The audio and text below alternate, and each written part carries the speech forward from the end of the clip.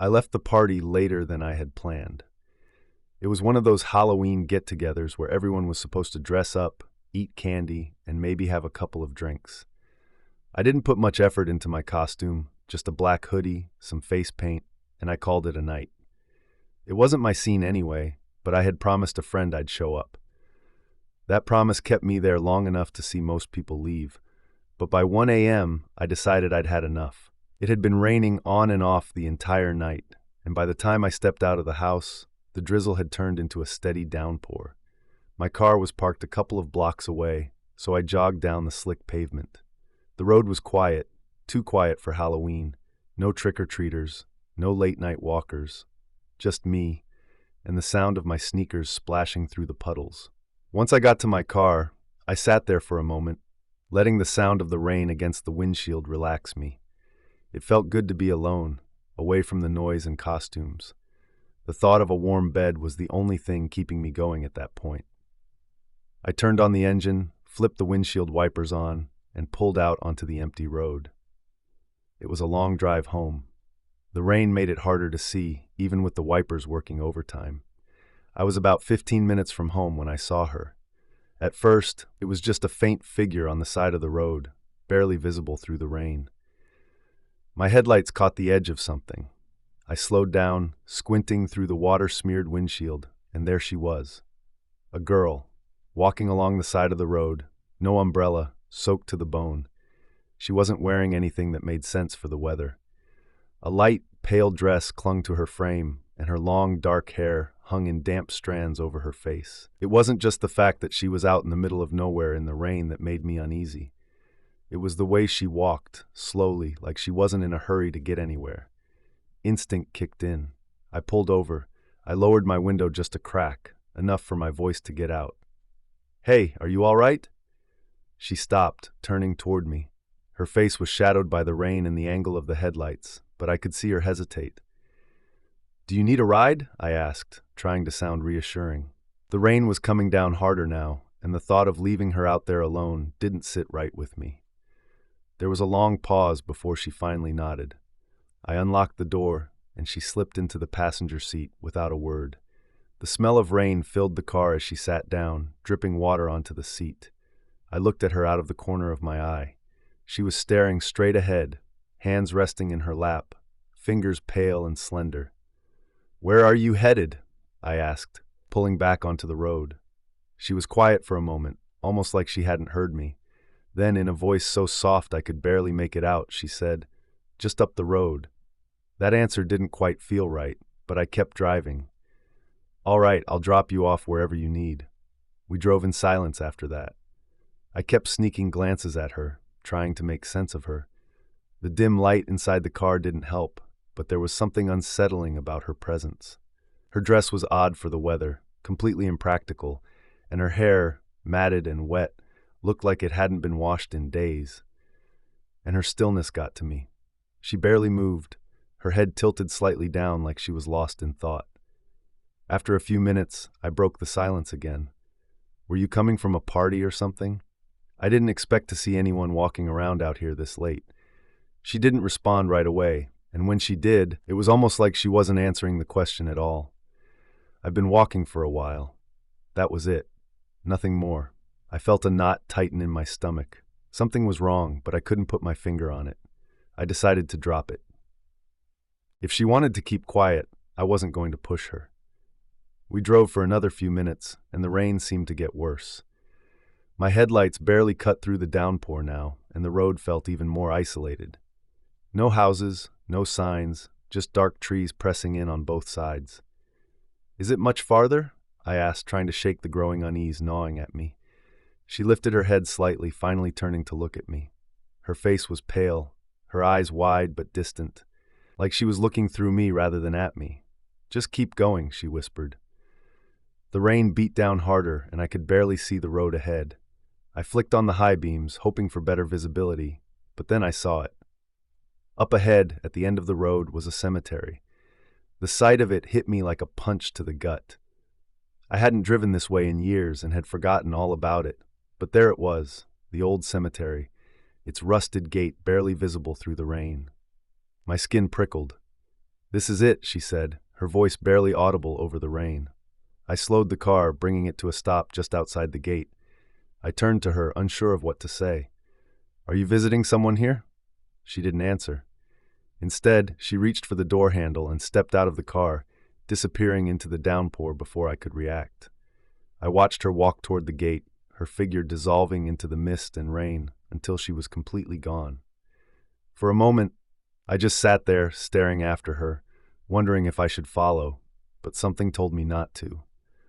Something deep inside whispered that I didn't want to know what she was doing out here, that I shouldn't get involved. After a long moment, I put the car in reverse, turned around, and headed back down the road away from the cemetery. The rain let up slightly as I drove, and the unease began to fade, at least until I looked over at the passenger seat. It was dry, completely dry. I tried to make sense of it. There had been no trace of her, no wet seat, no water dripping onto the floor, nothing. It was as if she had never been there at all. I kept driving.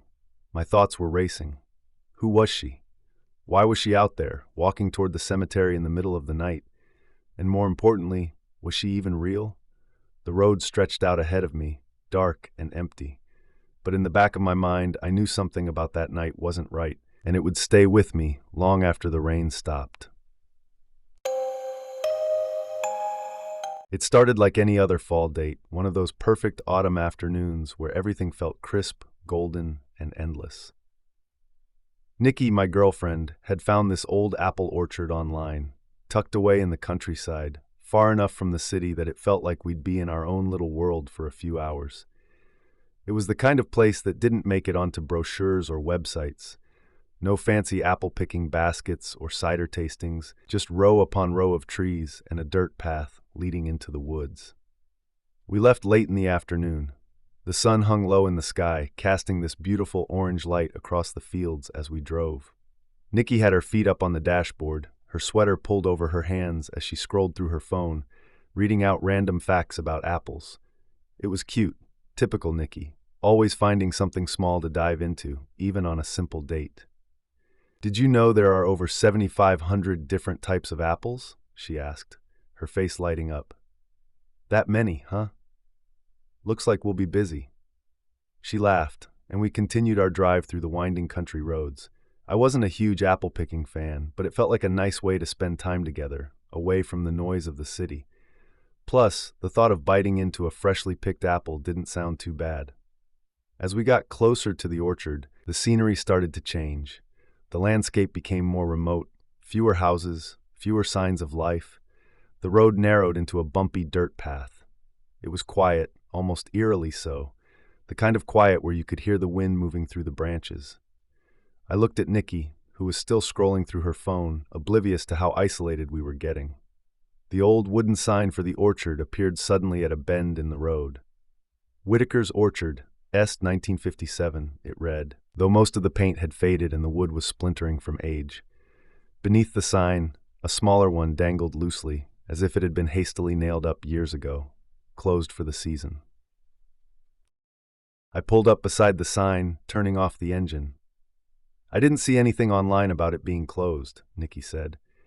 "It doesn't look like anyone's been here for a while." The orchard looked abandoned, rows of apple trees stretching out into the distance. Their branches weighed down with fruit, but no cars, no people, and no signs of recent activity. "Looks like we have the place to ourselves," I said with a smile, trying to lighten the mood. "I guess it couldn't hurt to look around." "We came all this way," she said. We hopped the low wooden fence that separated the road from the orchard. The ground was soft underfoot, covered in a thick layer of fallen leaves that crunched with each step. The trees towered over us. "Let's grab a couple of apples and head back," Nikki suggested. She wasn't nervous. Nikki was never the nervous type, but there was an edge to her tone that I couldn't quite place. Then we started walking further into the orchard, leaving the fence and the road behind. The apples were everywhere, more than we could possibly pick in a single trip. Some were on the ground, others hanging low on the branches, ripe and ready to be plucked. Nikki picked one from a nearby tree and tossed it to me. I bit into it with a satisfying crunch. "Not bad," I mumbled with my mouth full. "Pretty good, actually." Nikki smiled and grabbed her own apple, taking a bite as we continued deeper into the orchard. But as we walked, there was a heaviness in the air that hadn't been there before. The wind had died down, and the only sound was our footsteps crunching through the leaves. I turned to Nikki. You ever get that feeling like, I don't know, like you're not alone? What? Like someone's watching us? Maybe? Or maybe it's just being out here in the middle of nowhere. Feels weird, doesn't it? She paused, scanning the rows of trees ahead of us. Yeah. It's a little eerie, but it's probably just because the place is so empty. We kept walking, picking a few more apples as we went, but the feeling of being watched was growing stronger. I looked over my shoulder more than once, convinced I'd catch someone lurking in the shadows between the trees. But there was never anything there, just the rows of trees, standing still and silent. It wasn't until we reached the far edge of the orchard that things started to get really strange. Nikki had wandered off a few rows ahead of me, her hands full of apples. I stayed behind, squatting down to grab one that had fallen into the leaves when I heard a soft crunch behind me. At first I thought it was Nikki, but when I turned around, there was no one there. I stood up slowly, scanning the trees. The orchard was still silent. All I could hear were the distant bird calls from the woods beyond, but then I heard it again. Another crunch, this time closer. It was the sound of footsteps. Nikki, I called, turning in the direction she had gone. I walked a few paces, calling her name again, louder this time. Nikki. Still nothing. Just the sound of footsteps, moving faster now. Panic started to set in as I realized those footsteps weren't mine. I wasn't imagining it. Someone was out there moving through the trees. I spun around, scanning the trees frantically, and that's when I saw him. A man. Standing just a few rows over, he stood still, just watching, partially hidden between the trees. I couldn't make out his face, but there was something off about the way he was standing there, watching us. Nikki, I yelled, louder this time, my voice echoing through the quiet orchard. We need to go now. She stepped out from behind the trees a few moments later, looking confused. What's going on? There's someone here, I said, trying to stay calm but feeling the tension rise inside me. He's just standing there. I pointed in the direction where I'd seen the man, his shadowy figure barely visible among the trees. Nikki squinted, trying to make him out. Before she could say anything, the man stepped forward, his hands raised as if to show he wasn't a threat. His face came into view, and he smiled, a disarming smile like he was just another friendly face out for a stroll. Hey, sorry if I scared you two. Didn't mean to sneak up on you. The guy didn't look dangerous, just some dude in a flannel shirt and jeans. Hands in his pockets, walking slowly toward us. Who are you? I asked, keeping my distance. He smiled again. Oh, just a local. I come by here sometimes to clear my head, you know. It's peaceful out here. Saw you two and thought I'd say hi. There was something off about the way he looked at Nikki, though. His eyes lingered on her a little too long, his smile holding for just a second too much. We were just leaving, I said quickly, moving to stand closer to Nikki. Place is closed for the season. The man chuckled, like I'd said something amusing. Yeah, it's closed all right, been closed for years. His eyes never leaving Nikki now. You two from around here? No, Nikki answered before I could stop her. Just visiting. The man nodded, stepping even closer. That's nice. It's good to have visitors, makes things more interesting around here. There was something in his tone now, an edge that hadn't been there before. Nikki seemed to pick up on it too, and she moved a little closer to me. Her arms crossed over her chest. What do you want? I asked. The man's smile faltered for the briefest moment before it returned, though now it felt more like a mask than a genuine expression. Nothing, really. Just thought you might need a hand getting out of here. His eyes darted to Nikki again. Or maybe she needs help. I stepped in front of Nikki instinctively. We're fine, thanks.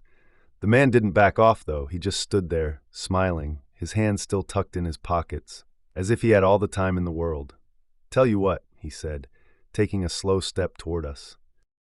Why don't I walk you guys to your car? It's easy to get lost out here at night. I tightened my grip on Nikki's hand.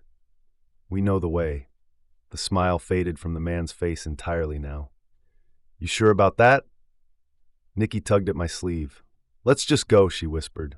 We started to walk, moving quickly toward the fence, but the man didn't follow right away. He just stood there, watching us with that same unsettling smile, like he was enjoying a game that only he knew the rules to. I looked over my shoulder, and that's when I saw him start to move again, slowly following us. "Hey," I shouted, spinning around. "What do you want?" The man stopped, his smile twisting into something more sinister. "I told you, I just thought she might need some help." Nikki's grip tightened on my arm. "Let's go." We turned and started walking faster, practically jogging toward the fence, but the footsteps behind us picked up too. He wasn't done yet.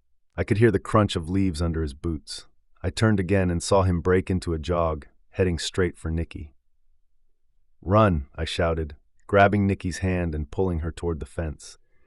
We sprinted through the rows of trees, the branches scratching at our arms as we ran. The man was close, too close, and I could hear his breath now as he gained on us. We reached the fence, and Nikki scrambled over it, her hands shaking as she landed on the other side. I followed quickly, but the man was right behind us, his hand reaching out as if he was about to grab her. I didn't think, I just reacted. I turned and kicked at the fence, slamming the wooden boards against him, knocking him back just long enough for us to get to the car. I fumbled with the keys, my hands trembling as I unlocked the doors. Nikki jumped in, and I followed, slamming the doors shut just as the man reached the fence again. He didn't try to climb over this time. He just stood there with a cold, empty stare. His eyes locked on Nikki as I jammed the key into the ignition and floored the gas pedal. We sped away. He didn't chase us this time. He didn't need to. The damage had been done. It wasn't until we were miles away back on the main road that Nikki finally whispered, "Do you think he wanted to take me?" I didn't know how to answer because I knew that's what he wanted. We reported the incident to the local police, but nothing really ever happened. Still, we're just glad we escaped unharmed. Growing up in a small town, there wasn't much to do, especially once the weather turned colder. But every October, a massive pile of leaves would magically appear in old Mr. Keller's front yard, and it became the center of our fall afternoons.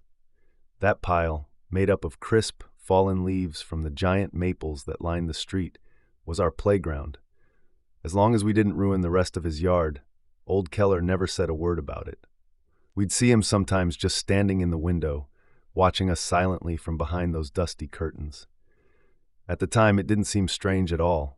There were 4 of us who practically lived in that pile. Me, Tommy, Ryan, and Jess. We weren't little kids anymore. We were in middle school, but there was something about that leaf pile that brought us back to simpler times. After all, in our small town, the simple things were the best things, and it seemed like nothing could ruin that. It was a Saturday afternoon, and the air had a bite to it, the way it always does as fall creeps closer to winter. We had just finished a game of street football, and our jerseys were sticking to us with sweat. There it was, the giant mound of leaves just waiting for us to dive in. Mr. Keller must have raked all morning to get it that big. It stood taller than some of us, like a colorful mountain of autumn. "Last one in's a loser," Tommy yelled, already sprinting for the pile. Without thinking, we all took off, running full speed into the leaves. The pile exploded in every direction, leaves raining down like confetti. We dove in, tossing handfuls at each other, laughing until we couldn't breathe. It was like being little kids again, rolling around without a care in the world. We buried each other in the leaves, disappearing under the colorful blanket, then leaping out like monsters, roaring and tackling one another. This went on for nearly an hour, until we were all completely exhausted. As the sun began to set, the laughter died down, and we lay in the leaves, catching our breath. It was the kind of peaceful, quiet moment that only comes after hours of carefree fun. That was when I first noticed it, a soft rustling sound. At first, I thought it was just the wind, but then I realized it wasn't coming from the trees. It was coming from the pile. I sat up and looked around. Jess was lying back, staring up at the sky with her arms outstretched, and Tommy was poking at Ryan with a stick, trying to start another fight. "You hear that?" I asked, looking at Jess. "Hear what? That noise." I pointed toward the pile of leaves, like something's moving in there. Tommy chuckled. "It's probably just a squirrel or something. Stop freaking out." I wasn't convinced. The rustling was getting louder, and it was definitely coming from the pile, right from the center. Jess squinted at the leaves, concerned. Yeah, I hear it too now. Ryan stood up. Dude, it's just leaves, you're being paranoid. But the rustling didn't stop. In fact, it grew louder. And then, to my horror, the pile actually moved. It wasn't a small shift, like when a breeze catches the edge of it. No, this was more like something underneath was trying to push up through the leaves. The mound of color shifted and swayed like it was breathing. My stomach clenched, and my mind immediately raced to the worst possible conclusion. Okay, what the hell? Tommy finally muttered, standing up. Ryan still looked unconvinced, but even he took a step back, keeping his eyes locked on the pile. I'm telling you, there's something in there, I said, stepping backward, away from the rustling leaves. Jess had already moved behind me. Tommy walked over to the pile and nudged it with his foot. Nothing happened at first, just a little flutter of leaves as they settled back down. But then the pile erupted, leaves scattered in all directions as something burst out from underneath. We screamed, all four of us. A man stood there, hunched over, his clothes filthy and torn. His hair was matted with leaves, and his face was smeared with dirt. His eyes were wide and wild, darting between us as if he wasn't sure what he was seeing, or maybe he didn't care. For a few seconds, no one moved, no one spoke. It was like we were frozen in place, staring at this thing that had just emerged from our leaf pile. Then the man spoke. I've been watching you. That's when I ran. I didn't stop to think. I didn't even look back. I just ran, sprinting down the street. I could hear Jess's footsteps right behind me, but Tommy stayed. I heard him shout something, his voice full of anger. What the hell are you doing? He yelled, but I didn't dare turn around. Ryan was the next to run, and by the time we reached the end of the block, he was right behind us. Jess was sobbing, clutching at her sides, and I was shaking so badly I could barely stand. We huddled together, catching our breath, too afraid to say anything. Finally, I mustered up the courage to look back at Keller's yard. Tommy was still there, standing in the leaves, face to face with the man. What's he doing? Ryan whispered. I shook my head. I don't know. He's just talking to him. Talking? We have to get him out of there. But before any of us could move, the man took a step closer to Tommy, leaning down until their faces were inches apart. Even from a distance, I could see the tension in Tommy's body, the way his fists clenched at his sides. And then, without warning, the man laughed. He straightened up and turned his back on Tommy, walking slowly toward the edge of the yard. For a brief moment, it seemed like everything was over, that this nightmare was just some twisted prank. But then, just as the man reached the bushes at the edge of Keller's yard, he stopped. He turned around, his eyes locking onto us from across the street. I'll be seeing you. With that, he disappeared into the bushes, leaving the four of us standing there, trembling and confused. Tommy walked over to us. He's gone, he said simply. What did he say to you? Jess asked. Tommy shrugged, his eyes still fixed on the spot where the man had disappeared. Nothing important. He's just some weirdo. But there was something in Tommy's voice, something that made me think he wasn't telling us the whole truth. I didn't push it, though. None of us did. We were just glad to be away from that man. We spent the rest of the afternoon at my house, trying to make sense of what had happened. Ryan suggested we call the cops, but Tommy shot that down immediately. What are we going to tell them that a crazy guy popped out of a leaf pile? They'll laugh us off the phone. Jess nodded, still shaken. I just want to forget about it. So that's what we did. We didn't talk about it again, not for the rest of the weekend, and not in the weeks that followed. But something had changed after that day. We stopped playing in the leaves, stopped going near Keller's yard altogether. We found other things to do, other places to hang out, but every time I walked past Mr. Keller's house, I couldn't help but look at the pile of leaves, thinking I'd see that man again, hiding beneath the surface, waiting. He never came back. Not that we saw anyway. Who was he? Why was he there? And most importantly, what was he planning to do? The memory of that day still haunts me, even now. When I applied, the idea of working the Halloween season at Party City seemed like a great time.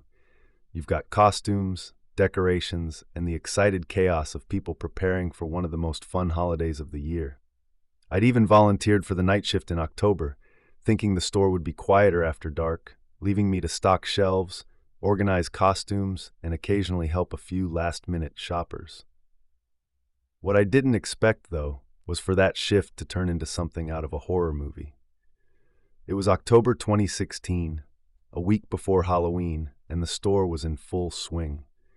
We were slammed with customers rushing to get costumes, and the chaos didn't slow down until we were about an hour from closing. I was working with Sarah and Josh that night, along with a few others in the front of the store. My job was to handle the backstock, which meant frequent trips down to the basement, grabbing extra costumes, decorations, and anything else we needed to restock the shelves. Now, Party City's basement wasn't anything special, just a large, damp room filled with old racks, boxes, and those giant Halloween decorations that didn't sell the previous year. It was a little creepy, sure, but I didn't mind. It gave the place some character, right? Or at least that's what I kept telling myself. The shift was going smoothly until around 9 p.m., when I made my third or fourth trip down to the basement. I was grabbing a few boxes of fake cobwebs and plastic spiders when I noticed something out of the corner of my eye. At first, I thought it was just a shadow, probably the way the light was hitting one of the Halloween decorations, but when I looked directly at it, my stomach dropped a bit. There was someone standing at the far end of the basement, near the old storage racks. A figure in a long, white hooded robe, wearing a mask that covered their face completely. The mask was smooth and featureless, just a blank, white face staring back at me. When I applied, the idea of working the Halloween season at Party City seemed like a great time. You've got costumes, decorations, and the excited chaos of people preparing for one of the most fun holidays of the year. I'd even volunteered for the night shift in October, thinking the store would be quieter after dark, leaving me to stock shelves, organize costumes, and occasionally help a few last-minute shoppers. What I didn't expect, though, was for that shift to turn into something out of a horror movie. It was October 2016, a week before Halloween, and the store was in full swing. We were slammed with customers rushing to get costumes, and the chaos didn't slow down until we were about an hour from closing. I was working with Sarah and Josh that night, along with a few others in the front of the store. My job was to handle the backstock, which meant frequent trips down to the basement, grabbing extra costumes, decorations, and anything else we needed to restock the shelves. Now, Party City's basement wasn't anything special, just a large, damp room filled with old racks, boxes, and those giant Halloween decorations that didn't sell the previous year. It was a little creepy, sure, but I didn't mind. It gave the place some character, right? Or at least that's what I kept telling myself. The shift was going smoothly until around 9 p.m., when I made my third or fourth trip down to the basement. I was grabbing a few boxes of fake cobwebs and plastic spiders when I noticed something out of the corner of my eye. At first, I thought it was just a shadow, probably the way the light was hitting one of the Halloween decorations, but when I looked directly at it, my stomach dropped a bit. There was someone standing at the far end of the basement, near the old storage racks. A figure in a long, white hooded robe, wearing a mask that covered their face completely. The mask was smooth and featureless, just a blank, white face staring back at me. I blurted out, my voice probably more panicked than I wanted it to be. Know why? I opened my mouth to explain, but I didn't even know where to start. Telling her that there was a hooded figure in a mask standing silently in the basement sounded insane, even to me. Never mind, I muttered, trying to brush it off. It's probably just Josh messing around. Sarah raised an eyebrow. Josh left an hour ago. My heart sank. I stared at her for a long moment, trying to process what she'd just said. If Josh wasn't here, then who, or what, had I seen in the basement? Before I could say anything else, I heard a faint creak, the sound of a door opening. We both turned toward the basement stairwell at the same time. The door, the one I had just slammed shut, was now slightly ajar. I locked that, I whispered, more to myself than to Sarah. Sarah's eyes widened, and she took a step back, her hand reaching for her phone. What the hell is going on? The basement door creaked open a little wider, and then I saw it. The figure, standing halfway up the stairs, the mask, or face, I still couldn't tell which, seemed to glow slightly in the darkness. It didn't move, it just stood there, watching us, silent, unmoving. I grabbed Sarah's arm and pulled her back behind the counter. "Call the cops," I whispered. She nodded, fumbling with her phone. Before she could dial, the figure slowly stepped back into the shadows, disappearing into the basement once again. The door creaked shut behind it. We stood there in stunned silence, neither of us knowing what to do next. After what felt like an eternity, Sarah finally spoke. "What was that?" "I don't know, but I'm not going back down there." We waited for what felt like hours, but in reality it was probably only a few minutes. Finally, our store manager Greg showed up to check on us. We told him what happened, but he just laughed it off. "It's probably one of those teenagers trying to mess with you guys," he said, shaking his head. But Sarah and I knew better. This wasn't a prank. This wasn't something we could explain away. There was someone or something in the basement that shouldn't have been there. Greg eventually called the police, just to be safe.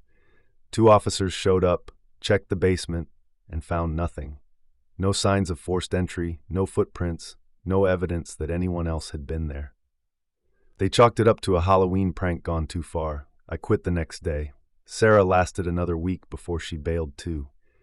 Neither of us wanted to stick around to see what else might happen. I still don't know who or what I saw in that basement, but I'll never forget the way it watched us without saying a word.